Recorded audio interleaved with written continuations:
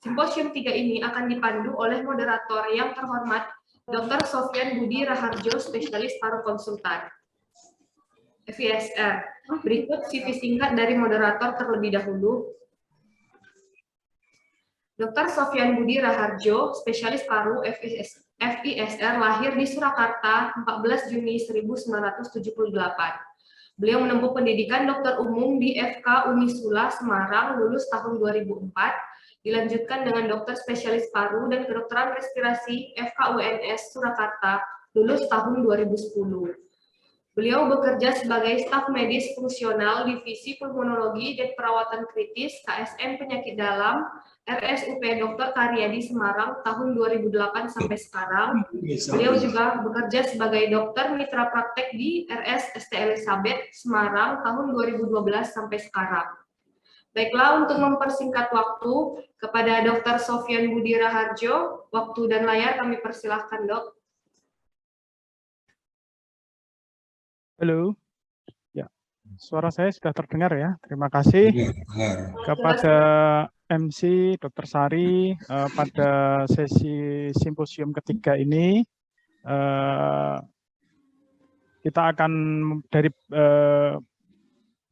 PDPI akan menyajikan topik mengenai terapi inhalasi. Telah hadir di tengah-tengah kita semua, guru kita semua. Yang pertama ada Profesor Tamsil Saifuddin, spesialis paru konsultan FISR, yang akan membawakan judul mengenai prinsip terapi inhalasi. Kemudian nanti selanjutnya ada Profesor Dr. Ida Bagus Ngurah Rai, spesialis paru konsultan, yang akan membawakan judul pemilihan alat inhalasi yang tepat. 1 jam ke depan kita akan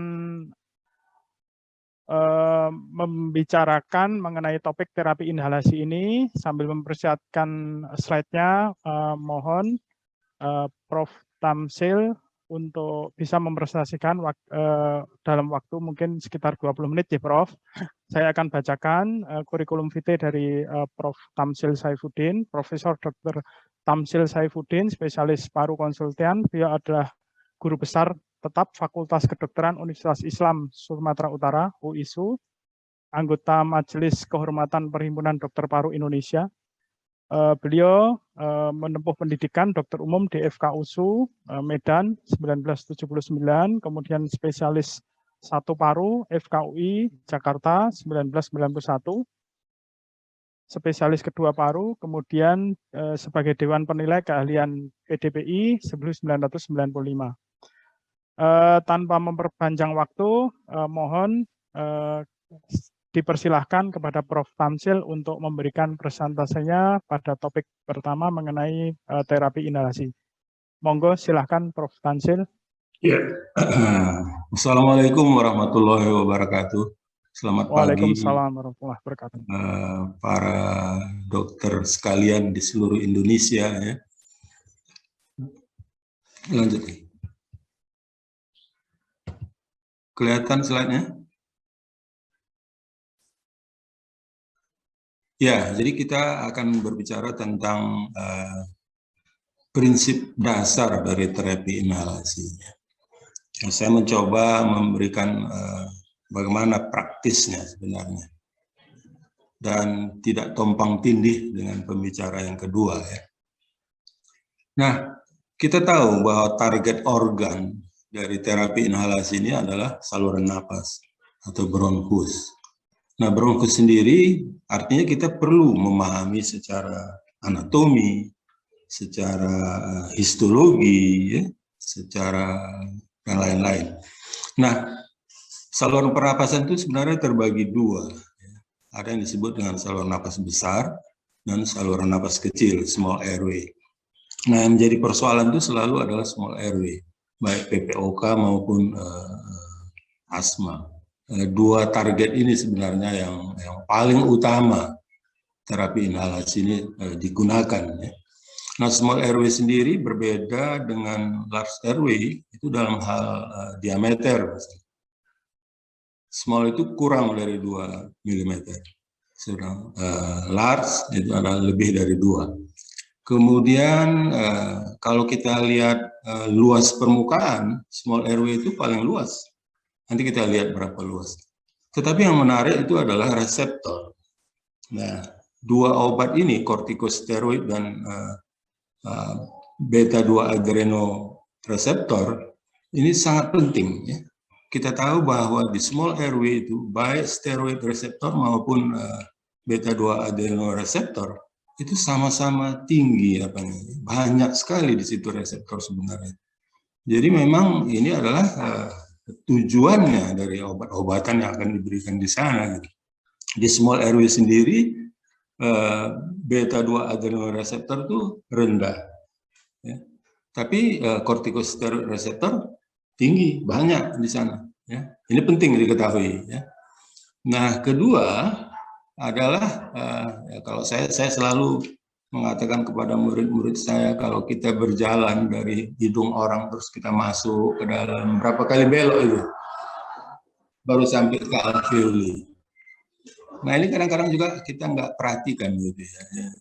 Yang namanya small airway itu adalah generasi 9 sampai generasi 23. Atau yang diameter tadi sudah kita katakan, yang diameternya kurang dari 2 mili. Sementara yang small itu adalah dari 0 sampai generasi ke-8 atau diameter lebih besar dari 2 mili. Nah, kalau kita lihat luas permukaan juga, ini tadi sudah saya sampaikan dari sejak awal bahwa small airway itu 140 meter persegi. Ya. Kalau dibedah, dibuat satu hampir seluas lapangan tenis itu. Ya. Sementara large airway itu adalah 290 cm persegi. Nah, begitulah luasnya, luas permukaannya dengan reseptor yang baik steroid maupun beta-2 adrenoreseptor paling banyak di sini. Ya, jadi terapi inhalasi target organnya itu memang terapi inhalasi ini memang tepat mestinya, ya, secara anatomi dan secara fisiologi. Nah, tadi sudah saya katakan juga bahwa terapi inhalasi itu adalah cara pemberian obat pilihan pertama untuk terapi asma dan COPD. Karena kita mengharapkan tentu efek samping sistemik yang minimum dengan mulai kerja yang cepat. Karena kita perlu menolong orang segera dalam keadaan bronkokonstriksi. Ya, perlu obat-obat yang bekerja cepat. Nah, kenapa terapi inhalasi ini menjadi pilihan juga? Ya, karena absorpsi obat di paru itu lambat, kesediaan hayati atau bioavailability dari obat oral yang rendah, clearance sistemik obat yang cepat, maka terapi inhalasi ini adalah indeks terapeutiknya itu lebar, jadi jauh lebih aman itu daripada sistemik. Nah, pemahaman saya ingin menyampaikan ada dua. Ya. Yang pertama adalah pemahaman tentang prinsip terapi inhalasi. Yang kedua, yang nggak kalah pentingnya juga adalah pertimbangan farmakoekonomik terapi inhalasi. Nah, ini kadang-kadang kita para dokter ini enggan menggunakan terapi inhalasi. Harganya mahal, begini, begitu. Nah, sebenarnya dalam pemilihan obat-obat terapi inhalasi itu bukan hanya terapi inhalasi, mestinya terapi yang lain juga begitu ya. Pertimbangan farmakoekonomi itu menjadi sangat penting. Ya, nanti kita lihat. Nah, ya tadi sudah disampaikan bahwa terapi inhalasi itu yang kita harapkan itu adalah aman, efek samping minimal, kan? Karena pengobatannya jangka panjang, apalagi PPOK, ya, asma yang kronik, ya. Perlu adalah obat-obat yang aman. Ya. Ini juga tadi ya sudah kita sampaikan, baik terapi inhalasi itu sangat tergantung kepada ukuran partikel, dosis, sifat psikokimia, aliran udara inspirasi, aliran udara inhalasi. Tapi ini nanti akan lebih banyak dibahas oleh Profesor Ida Bagus ya, karena itu menyangkut alat-alat. Saya akan mengambil beberapa aja dari prinsip ini. Ukuran partikel nanti akan disampaikan oleh beliau. Sifat ini kenapa sih? Bentar ya. Saya bilang kan atas ini.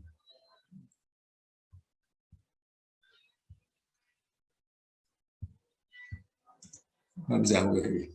Sifat fisikokimia dari obat-obat inhalasi itu kita tahu ada obat-obatan yang bersifat lipofilik, sangat tinggi lipofiliknya. Nah, kita bisa pilih nanti obat-obat yang mana yang kita pilih secara inhalasi. Ada yang lipofiliknya rendah, ya. Ada yang hidrofilik sama sekali. Nanti kita lihat, ya. Slide.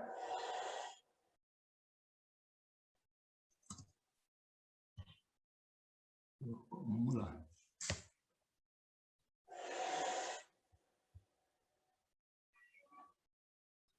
Nah, saya mengambil satu contoh tentang laju aliran udara inspirasi, ya, itu mempengaruhi deposisi dari obat-obat inhalasi itu di paru sendiri. Ada dua faktor. Ya. Yang pertama ada faktor yang dapat dikendalikan. Jadi artinya kita bisa supaya laju aliran udara atau deposisi obat di paru itu lebih baik, kita bisa atur kecepatan, dalamnya pernapasan, itu bisa diatur. Ya, bisa dikendalikan, kemampuan kita bisa tahan napas, koordinasi dan sebagainya. Tapi ada faktor yang nggak bisa dikendalikan, ya. Misalnya bronkokonstriksi, udem yang terjadi, hipersekresi mukus dan sebagainya. Ini sangat mempengaruhi bronkokonstriksi.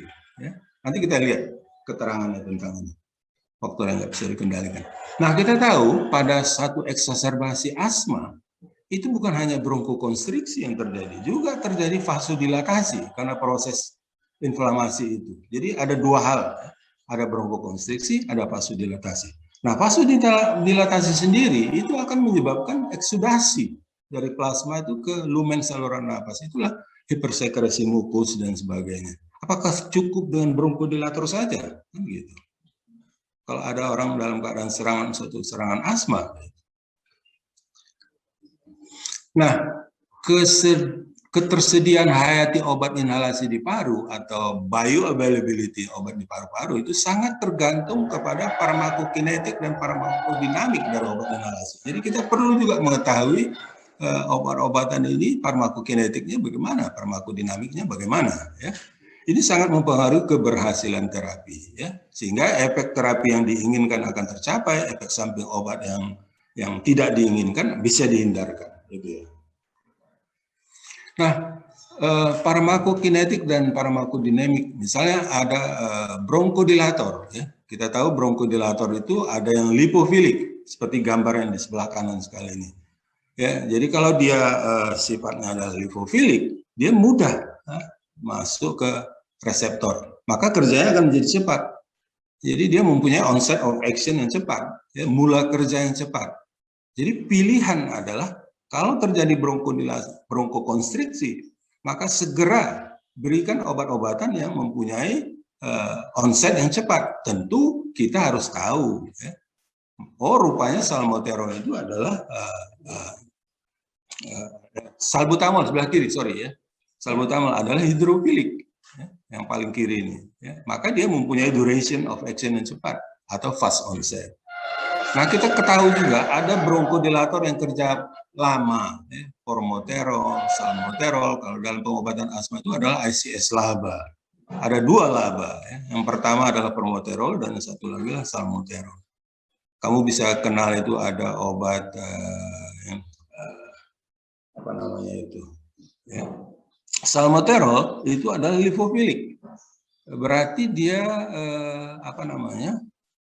Onsetnya karena dia bisa bertahan lama, ya, di jaringan paru itu, maka onsetnya menjadi panjang, long duration, ya. Sedangkan formoterol sendiri dia adalah intermediate, ya. Di samping long duration juga dia fast onset, jadi dia seperti hidrofilik dan seperti lipofilik, gitu.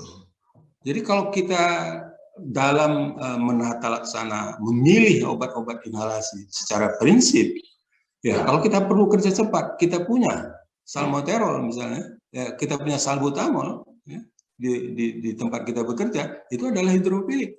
Itu pasti mempunyai onset of cepat. Ini menjadi pilihan utama. Atau kalau kita nggak punya itu, ya, kita yang ada formoterol, kebetulan. Ya, boleh, karena dia adalah intermediate. Ya, bisa seperti hidrofilik, bisa seperti lipofilik. Gitu.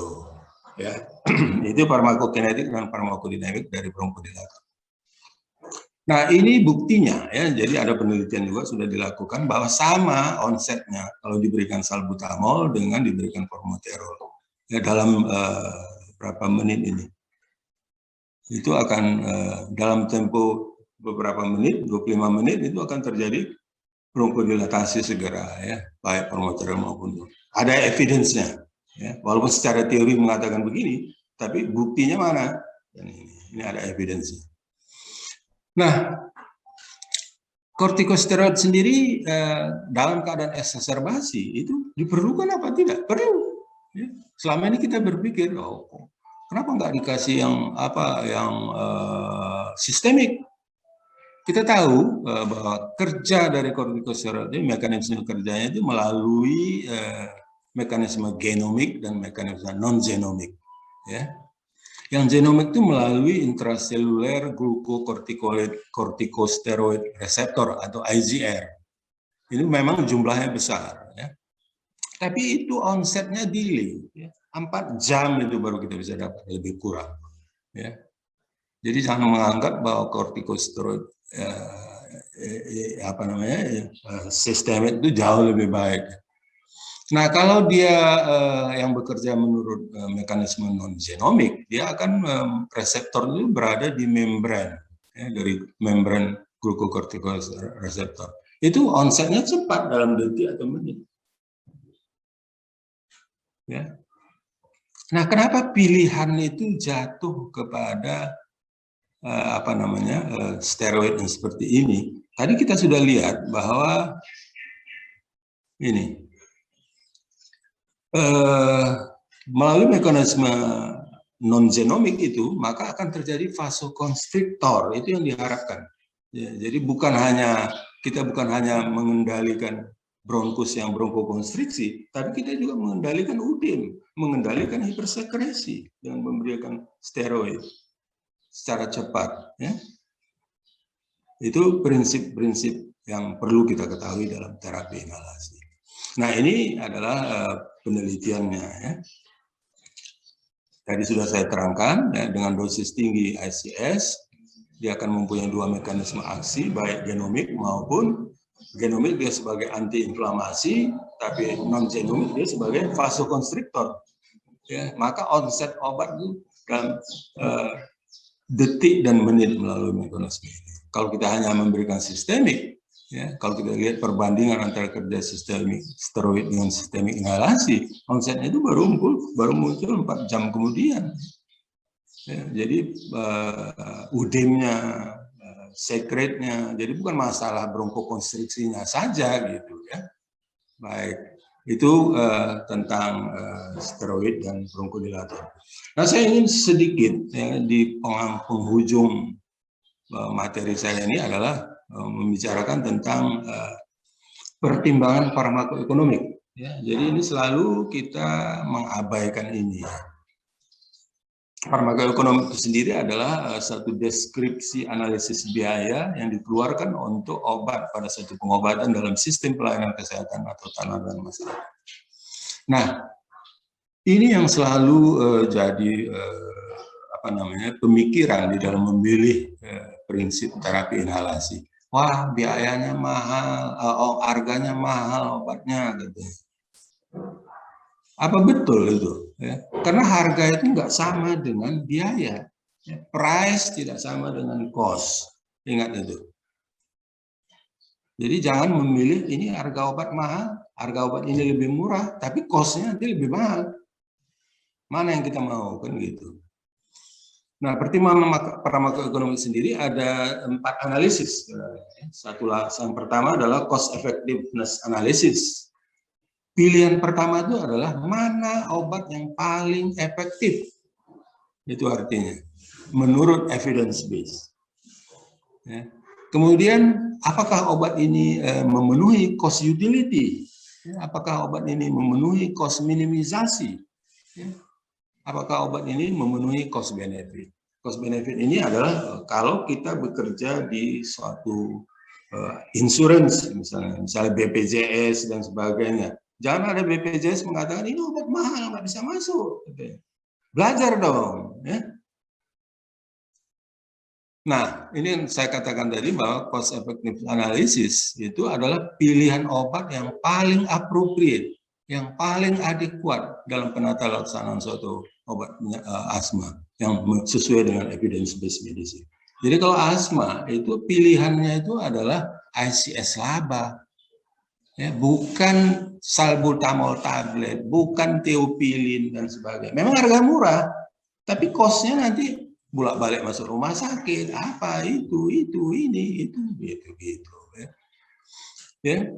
Sehingga kita kalau memberikan obat-obat yang secara cost effectiveness itu tepat, maka dia akan mendapatkan satu quality of life ya. Pasien itu bisa bekerja, memang mungkin nggak bisa kita sembuhkan, tapi dia bisa aman, bisa menonton, happy di rumahnya ya. Itu namanya analisis cost utility, memenuhi mungkin ya. Kemudian kalau kualitas hidupnya memungkinkan, sehingga produktivitasnya dia bisa bekerja dengan baik, nggak mesti absen lagi bekerja, itu pemilihan ya, pemilihan obat inhalasi harus diperhatikan gitu, sehingga bisa menutupi kekurangan, mengurangi pengeluaran biaya pengobatan penyakit. Maka itu adalah masuk ke dalam analisis cost minimisasi. Nah, kalau kita bekerja di suatu insurance, misalnya BPJS atau perusahaan, dokter perusahaan, ya, dokter perkebunan, dokter Pertamina, dokter Garuda dan sebagainya, mungkin Bapak Ibu ada yang bekerja di situ. Pilihlah obat-obat yang memenuhi ini. Jadi adalah cost benefit artinya dalam menetapkan mana obat yang harus dipakai untuk asma adalah ICS LABA, mana obat yang harus digunakan untuk PPOK, inhalasi long acting beta 2 agonis. Jangan yang lain lagi gitu. Itu namanya analisis cost benefit. Karena dia memenuhi cost effectiveness, memenuhi cost utility, memenuhi cost minimisasi. Ini yang diinginkan oleh penderita sebenarnya. Ya, jadi itulah yang ingin saya sampaikan. Mudah-mudahan ada gunanya untuk kita, dan mungkin kita akan berdiskusi lebih banyak dan tentang prinsip-prinsip device dan sebagainya, obat-obat inhalasi akan disampaikan oleh pembicara yang berikutnya. Assalamualaikum warahmatullahi wabarakatuh.